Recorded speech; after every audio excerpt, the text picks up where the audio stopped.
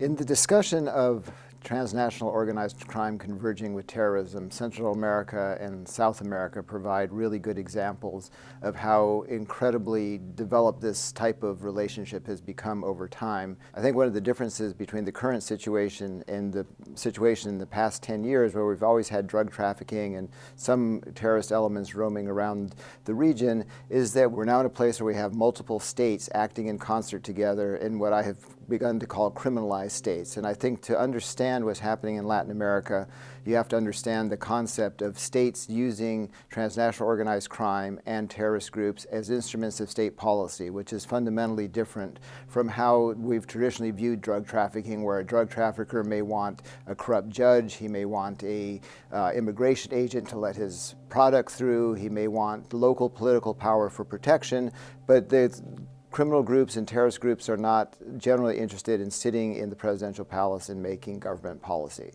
With the rise of Venezuela and what Hugo Chavez called the Bolivarian Revolution, or socialism for the 21st century, we've seen the rise of a group of nations, Ecuador, Bolivia, Venezuela, Nicaragua, El Salvador, Suriname, and others that are jointly operating on the premise that anything that furthers their revolutionary cause is valid for taking power and for ultimately eliminating the influence of the United States in the region.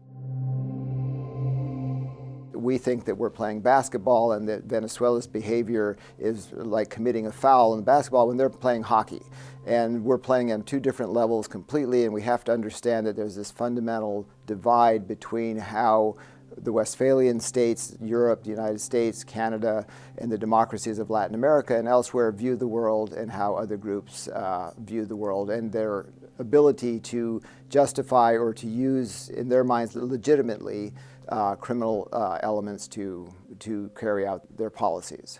So you see the breakdown in the world order starting in the last 20 years. You have the diamond wars, the resource wars in West Africa. You have the conflicts of the Democratic Republic of Congo. You have the rise of the Bolivarian states. And within this milieu is where you start to see the overlap between significant transnational organized criminal organizations and terrorist groups such as Hezbollah, the FARC, the remnants of the IRA, ETA, Al-Qaeda, and others, all who begin to make a lot of money off of transnational organized crime because they're occupying the same space and using the same general pathways. The Bolivarian Revolution was a concept that Hugo Chavez in Venezuela developed based on what he had seen in the other revolutionary experiences in Latin America.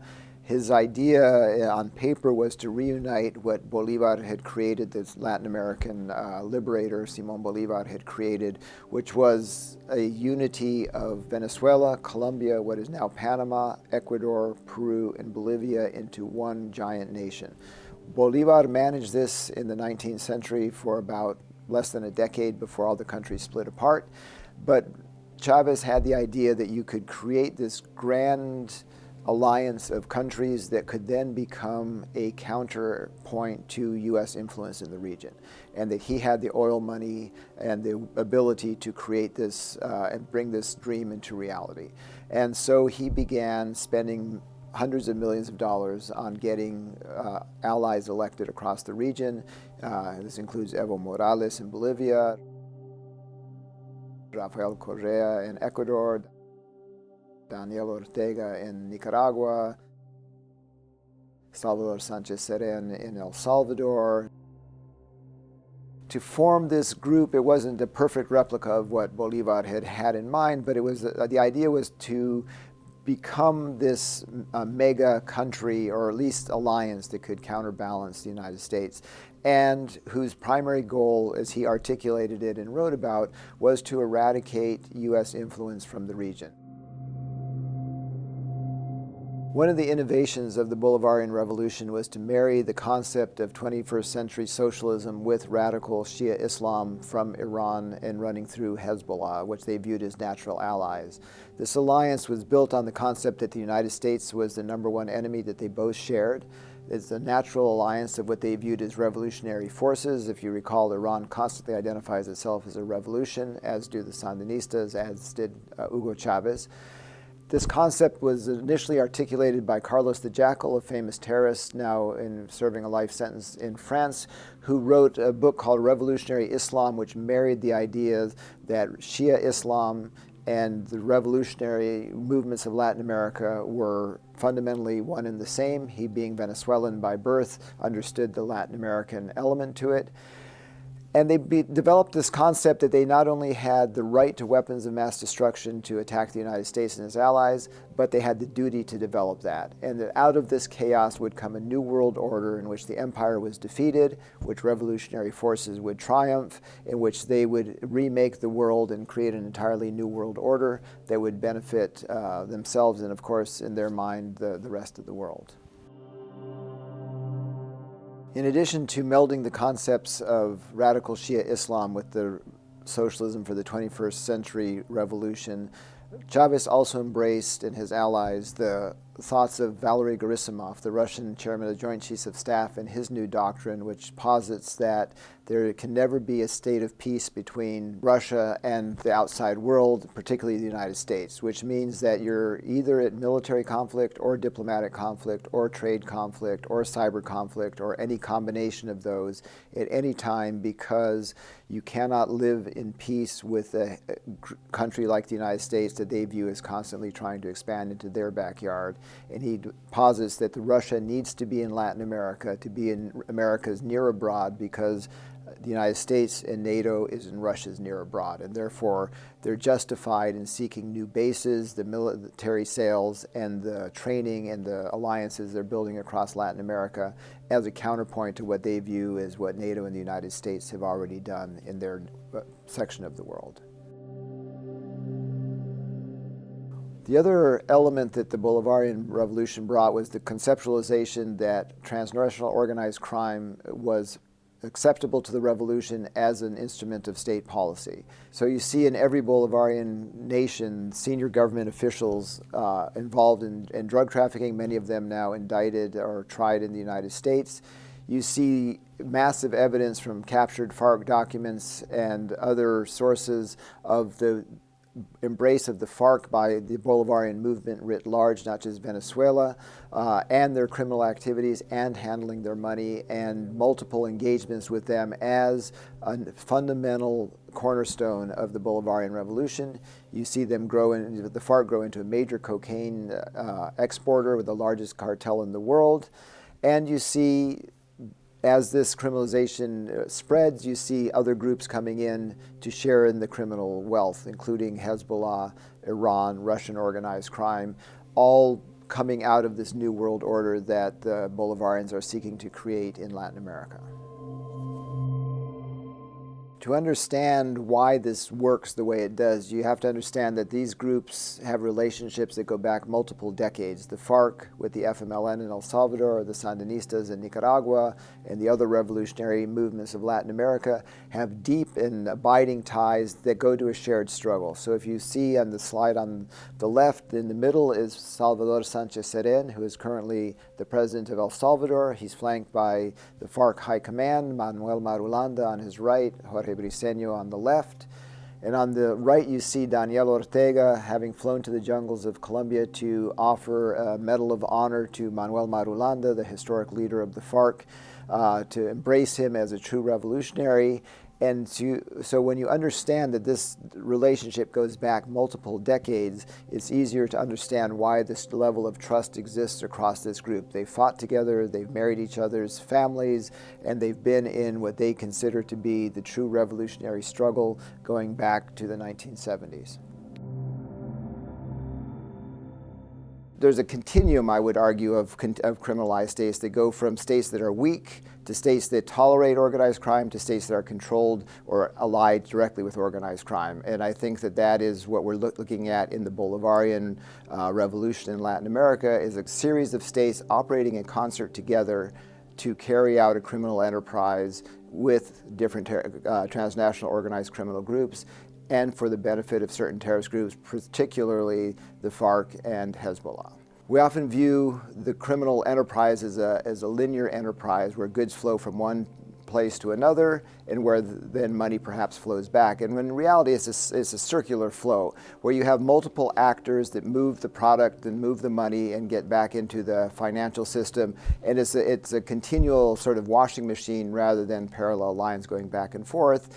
And one of the things that I and others have explored in the past is how do these groups connect? And one of the models we came up with a few years ago was looking at how you have local fixers, people in criminal states or in criminal enterprises that last from government to government. We saw this in Liberia with the diamond trade. You see it in the drug trade across Mexico. You see it in drug trade across Central America, where certain actors remain, or their families or the legacies of their actors remain, but they don't have the reach for outside groups. They don't really project internationally well. And then we have what we call super fixers, and these are groups that are able to connect outside actors with the local actors, but still don't have the capacity to acquire, let's say, massive amounts of weapons or other things that the groups inside the country need. And so for that group, the third level we call shadow facilitators, people like Victor Bout, the Russian weapons trafficker, who is able to deal with a series of shadow facilitators and bring them what they needed, primarily high-end weapons, attack helicopters,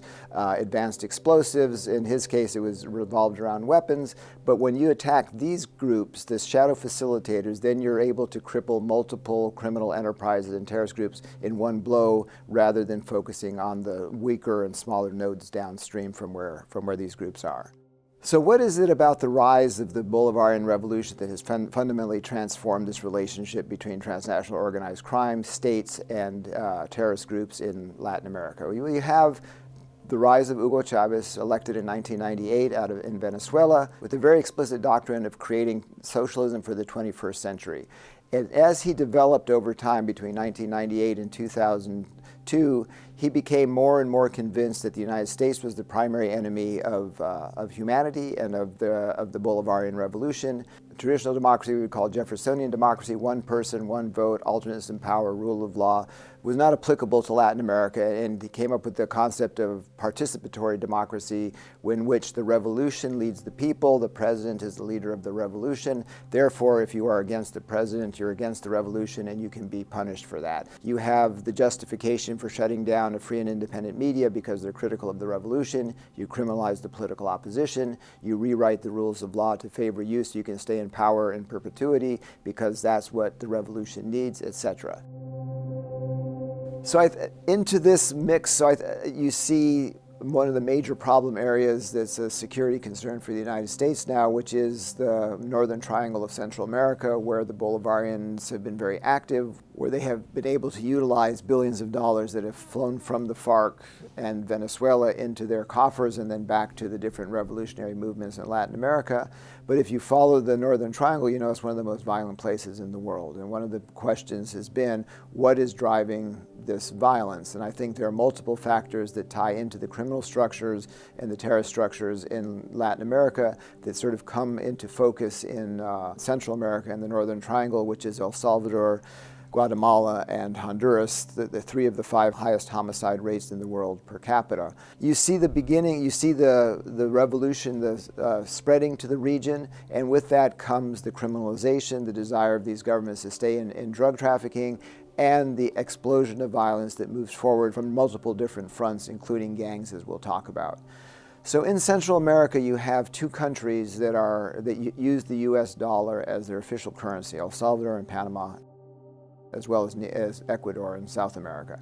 And so you see the rise of specific individuals and networks set up under government auspices in El Salvador, in Ecuador, to absorb the massive amounts of illicit capital that these groups are generating and move them back in a legitimate form into where these groups and these governments can then use them as being legitimate.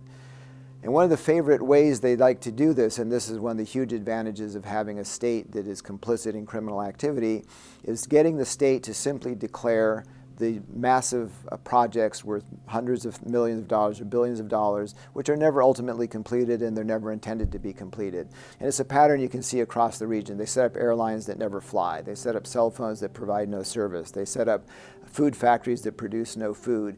But the beauty of it is once the state has declared that that money has been spent or is legitimately being used for that purpose, then it's essentially laundered. And into this, I think one of the main things we're looking at, one of the main threats we're looking at that has been morphing out of this sort of milieu of tolerance and participation of states with organized crime in the Northern Triangle is the rise of the gangs, particularly the MS-13 gang, which has become a significant security concern for the United States. Territorial control, as it began to expand, meant more and more resources flowing into these gangs, which then they use for a whole series of things which have really elevated their level of sophistication over the last 4 years. One of the things they began doing is sending their best and smartest members to law school, to study accounting, to study a host of things at university level. As these groups are now graduating, they're bringing a different level of sophistication and understanding to how economics works, how money works, how transnational organized crime works, and is greatly elevating the game of the gangs. But they also use the money to buy military trainers, as well as significant amounts of new and modern weapons that they had not had access to before because they now have the resources to do this. So as you see in Honduras, while the United States and other groups have pressured the Honduran military to clean up their incredibly corrupt police force, they began to get results. The Hondurans fired over 1,000 policemen from their ranks, but who was there to hire them now and could pay them 1.5 times the salary they were getting when they were actual policemen? The MS-13 gang. And so they've been able to recruit a very knowledgeable, very sophisticated, very well-trained group of trainers into their ranks that have allowed them to greatly expand their military capacity, their strategic thinking, and allowed them to occupy, by looking at maps and figuring out how different illicit products flow, key nodes of transit that they now control, so they can now make money from illegal timber that flows out of Guatemala or Honduras, gold, human trafficking, as well as cocaine trafficking. One of the main prototypes, I think, of what we're going to see is a gentleman that they call El Barney. His real name is Alexander Bercian, whose father was a colonel in the El Salvadoran army on the border with Honduras for many years, began running a money exchange business, and then began running a lot of illicit products across there with the protection of the military at the time. We're talking in the 1970s, 1980s. But his son grew up into a major leader of the MS-13. He has outstanding warrants for more than 50 homicides. He's been arrested numerous times, and every time he's arrested, the witnesses against him mysteriously disappear, judges mysteriously resign, and he's back on the street within a matter of a few days usually. And so he's one of the pioneers intellectually of understanding that if the MS-13 controlled the main routes that run across northern El Salvador where the drugs flow from Honduras and up from Nicaragua from the coast, that would be a win-win situation for him and his people. So he began taxing for the first time the loads that came across, not the $50 that the gangs at one time would ask for, or $60. He began charging multiple thousands, providing more sophisticated protection, providing protection against other gang groups that then wanted to move in, etc. And he created the architecture for what the MS-13, or the model, the paradigm of what the MS-13 could begin doing as it rose into political power. And they also understood, as the political process went forward, you saw in the last multiple elections in the region beginning in 2014, where the gangs are now actively courted by the political elite because they want their votes. The gangs are I would say, non-ideological, MS-13 is particularly, but what they understand is they can deliver huge blocks of votes. So if a guy wants to get elected, and we see this in El Salvador, where it's now been documented that both major parties paid multiple hundreds of thousands of dollars to the gangs on the promise that the gangs would take their families and everybody in their gang and vote for one particular party. So it didn't matter. One was the FMLN, which has its Marxist roots, and the other was from the extreme right, the Arena Party. Didn't matter to the gangs if they were getting paid who they would vote for. You see the same thing happening in Honduras. But they also have discovered that with their territorial control, they also have another extremely useful weapon, and that is that they can either keep candidates out that they don't like or force every candidate to pay them money to be able to campaign there. All of this has been significant in the economic growth of the gangs. And so what do you see in Central America now, particularly in Honduras, where I've had most contact with the gangs in recent times? You see them developing into a true, I would say, military, political, economic force. They now have multiple hundreds of thousands of dollars at a time, spreading into the millions over the years, that they can spend. And they made a strategic decision, which I think is something that was a tipping point in how I viewed this group, where for the first time a couple of years ago, they stopped extorting the businesses in areas they controlled, which had been a primary revenue source for them for the last 2 decades. And they did this because they realized that they had enough money coming in from other sources that they didn't need to extort them, and if they stopped extorting, it would give them a political base. And that's exactly what happened. As they stopped extorting, people began to think, oh, the MS-13, they're great, we love them. And they began providing security in the areas they controlled so that there were no car robberies, no house robberies, you could leave your house unlocked, etc. But beyond that, they began to provide rudimentary judicial services. The head of the clica in the neighborhood, 2 days a week, sits there and adjudicates all of the local disputes in that neighborhood. Did you beat your wife? Yes or no? If you did, you get beaten yourself. Did you steal the car? Did you grow marijuana illegally on this lot? Did you illegally sell drugs here? Did you hinder someone from going to work because of romantic jealousy? Whatever it is, they can get immediate justice instead of going through the long and grossly inefficient judicial systems that the state offers. They now offer occasionally school lunch programs for children in low economic neighborhoods. They provide employment for women who have children at home by bringing in large sewing machines and allowing them to sew the underwear and bras and things that the maquilas make downtown. So they've done a whole series of things that have changed the nature of the gangs and put the gangs on a par with the state in many areas and in ways that the state is very, very unable to challenge, and where the gangs themselves now have developed a great deal of social standing within groups who have traditionally hated them. So I think that that's an important sort of turning point as they go forward. And what you see, along with the military sophistication, is that they're now using things like drones to monitor police movements. They've become much more sophisticated in how they carry out their intelligence. They have burner phones. They have multiple things that have allowed them to move forward in states where the state is not interested in tackling the issue and where the resources aren't there and where the gangs are only now being understood as having moved from sort of a marginal political group that caused a great deal of anxiety and pain in the neighborhoods they controlled to true military political structures.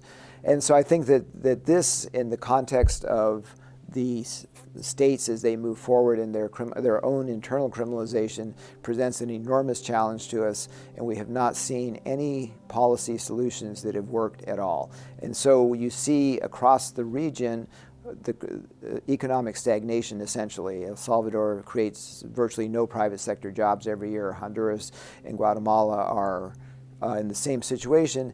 One of the reasons this has happened is as money laundering takes place in these countries, the primary aim of a money launderer is to get his money back into the legitimate system, and they know there's a cost to doing that. So if they need to set up a business that charges 10% less than market rate simply to pretend there's enough money flowing through there to justify the laundering operation, they will do that. But what does that do to legitimate businessmen? It drives almost all of them out of business. If you run a tortilla factory and you run, as one guy does, his family factory for the last 35 years, It's 65% capacity because that's all the market will bear, and you have modern equipment, and you've done your cost-cutting measures, and your profits margin is right around 4 or 5%, and someone comes in and can put in a brand new factory and begin underselling you by 15% to take away that business and launder their money through that, the legitimate businessman is going to go out of business very quickly. And so one of the consequences to the state tolerance for this massive money flows is the creation of this massive unemployment problem, which then of course feeds into the gang problem, which then feeds into the illicit or illegal migration problem across our border. So it's a cascading effect that moves on down through these different orders of magnitude as things develop. And as you look at the gangs, I think that we have, as I said, no strategy that has worked at all, neither the states down there nor the United States, and we really have to become much more creative, much more rapidly in how we're going to deal with this, or the region will be caught in this constant state of, I would say, utter chaos and what Phil Williams has called the new dark ages, where you have the retreats of the elites into guarded, gated communities, you have an economy that functions entirely on criminal activities, and gangs that control the sectors outside where the elites are. And I think that is a recipe for constant continuous immigration. It's constant continuing criminal activity that gets ever closer to our borders because they're more allied with the Mexicans. The Mexican groups are now moving stuff across our borders, etc. So this is, I think, not an overly optimistic view of what's happening in Latin America. I think one has to acknowledge that there have been some reverses for the Bolivarians. They're not invincible, and their project is not unstoppable. They lost Argentina in the last elections. They didn't win in Peru. Chile is still in relatively good shape. But as you look across the region, I think we have to fundamentally understand that there is a group of countries, well-financed, well-resourced, and tied to people who want to see the destruction of the United States among the multiple other countries that are there. And if we don't take them seriously, as we have, I think, failed to do in the last 10 or 15 years, they will advance along their own agenda more quickly than we think possible.